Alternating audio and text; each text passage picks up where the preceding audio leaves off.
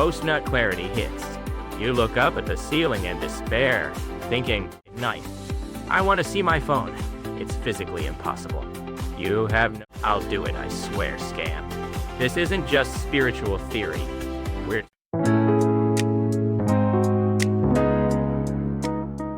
Bad news, why can I never actually get serious starting tomorrow, even though I say I will?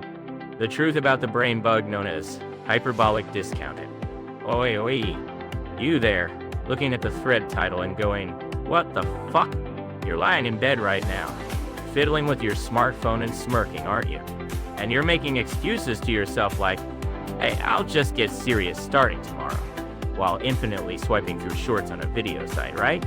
I can see you turning bright red because I hit the nail right on the head. Coping hard. Today, for the sake of you degenerates, I'm going to talk about the cruel truth of why we can never escape from this. I'll do it, I swear, scam. This isn't just spiritual theory. We're talking about proper behavioral economics here. Today's lecture has 3 parts. First, a tragic status report by a pro at saying, I'll get serious tomorrow.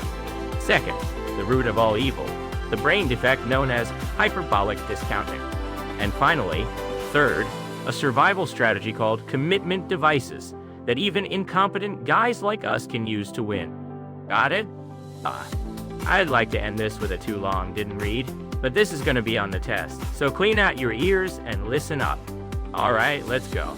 First up, the status report by a pro at saying, I'll get serious tomorrow. It's 3 a.m. The room lights are off, but the blue light from the smartphone is illuminating your face. You guys think this, tomorrow I'm going to wake up at 8 a.m., study for my certification, go to the gym, and have a super productive day.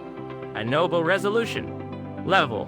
The whole of America is weeping. But what's the reality?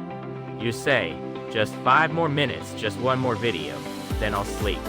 And before you know it, it's getting light outside, and the birds are chirping. At that moment, post-nut clarity hits. You look up at the ceiling in despair, thinking, what am I doing? Then you end up sleeping until past noon.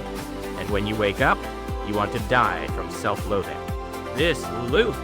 You've seen this scene more often than your own parents' faces, haven't you? You guys think, I'm such weak-willed trash. You blame yourself, destroy your mental health, and then stop caring and stay up late again. It's a complete negative spiral, heading straight for the dark ages of your life. But here's the good news. I'll give you the conclusion. You guys being lazy isn't because your personality is garbage. No, I won't deny that it's garbage, but that's not the root cause. The culprit is a powerful cognitive distortion that's been built into your brains from the start. Now moving on to the second theme, the identity of the brain bug, hyperbolic discounting. Did seeing some difficult-looking big words make you go yikes? Relax, I'll explain it so even a middle schooler can understand. Basically, it means this. Humans tend to overestimate small benefits right in front of them rather than large benefits in the distant future. For example, let's say I'm here right now, and I propose this to you. Which is better? Getting 10,000 yen right now, or getting 11,000 yen 1 year from now? Well, most of you degenerates would answer immediately, give me the 10,000 yen right now, please. It would end up with you saying, I don't even know if I'll be alive in a year. I want to roll the gacha right now. But let's change the conditions a bit. Which is better, getting 10,000 yen 1 year from now, or getting 11,000 yen 2 years from now? How about this? Many humans can calculate calmly. Well, if I wait a year anyway, waiting for the one with 1,000 yen more is a better deal. I'll take the 2 years option. Don't you think this is weird? In both cases, the waiting period is the same 1 year. Yet, when now gets involved, suddenly you can't be patient. The value of now looks abnormally high, and the future value gets discounted rapidly. If you graph it, it doesn't draw a smooth curve, but a hyperbola that nosedives right near the present. This is hyperbolic discounting. Oh, why is such a junk function installed in us? It's because our brains haven't been updated since the days we were hunting mammoths. In the primitive era, a promise for tomorrow had zero credibility. If you don't eat the meat in front of you now, It might rot by tomorrow, or some other carnivore might steal it. So, we are built at an instinctual level to prioritize right now. But modern times are different, right? The prey is in the fridge, and wild beasts aren't attacking. Yet, only the brain keeps ordering.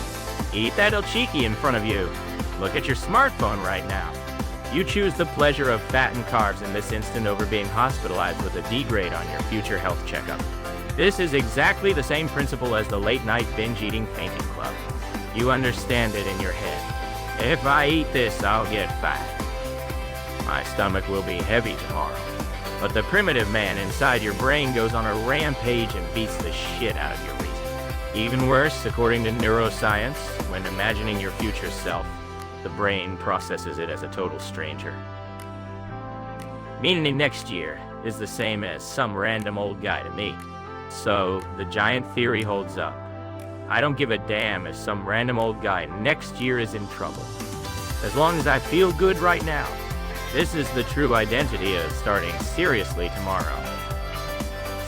The one doing it tomorrow is tomorrow's me, not today's me. You probably thought, what the fuck if my brain is buzzed and it can't be helped? I'm not at fault. Yeah, in a sense, that's correct.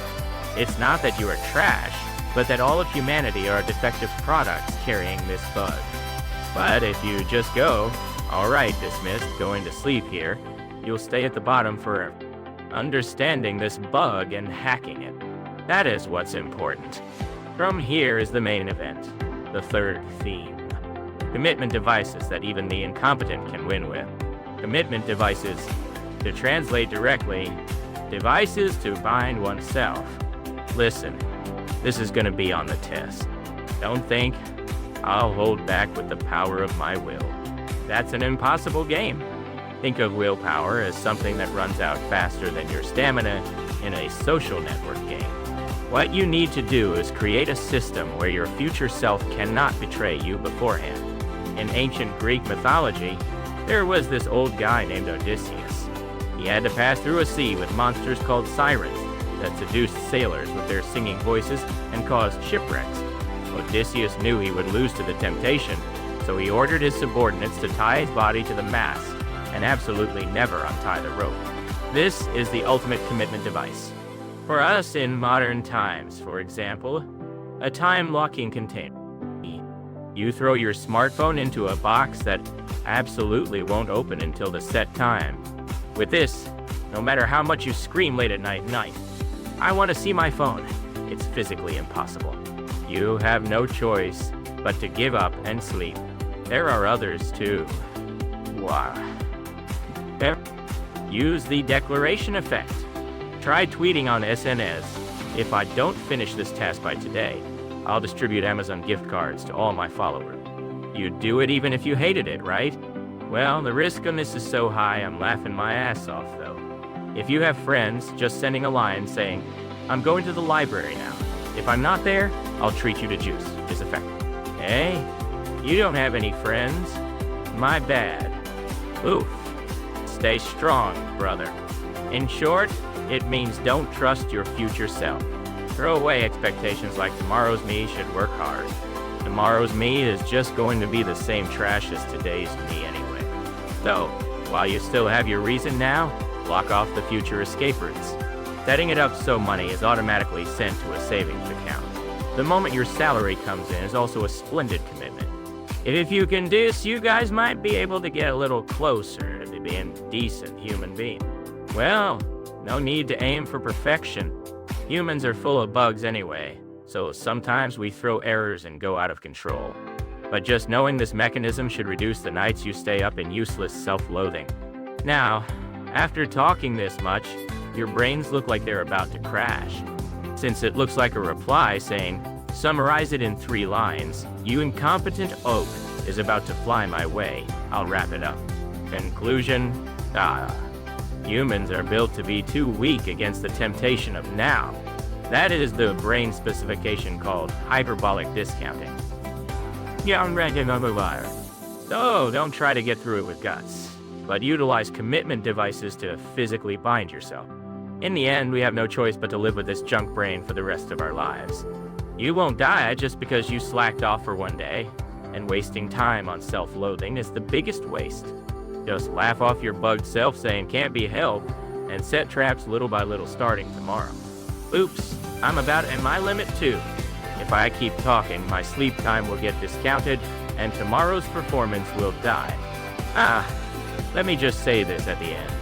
If you thought today's talk has a point, then go ahead and hit that subscribe and like button. This is also a small commitment to deliver useful information to your future self. It's free, so no loss, right? Alright, that's it for this time. Next time, I'll explain compound interest, the ultimate law that makes debt and assets balloon like a snowman, that even Einstein was scared of. Tremble in fear while you wait. Okay, I'm going to sleep. You guys go to sleep early, too. Dismissed.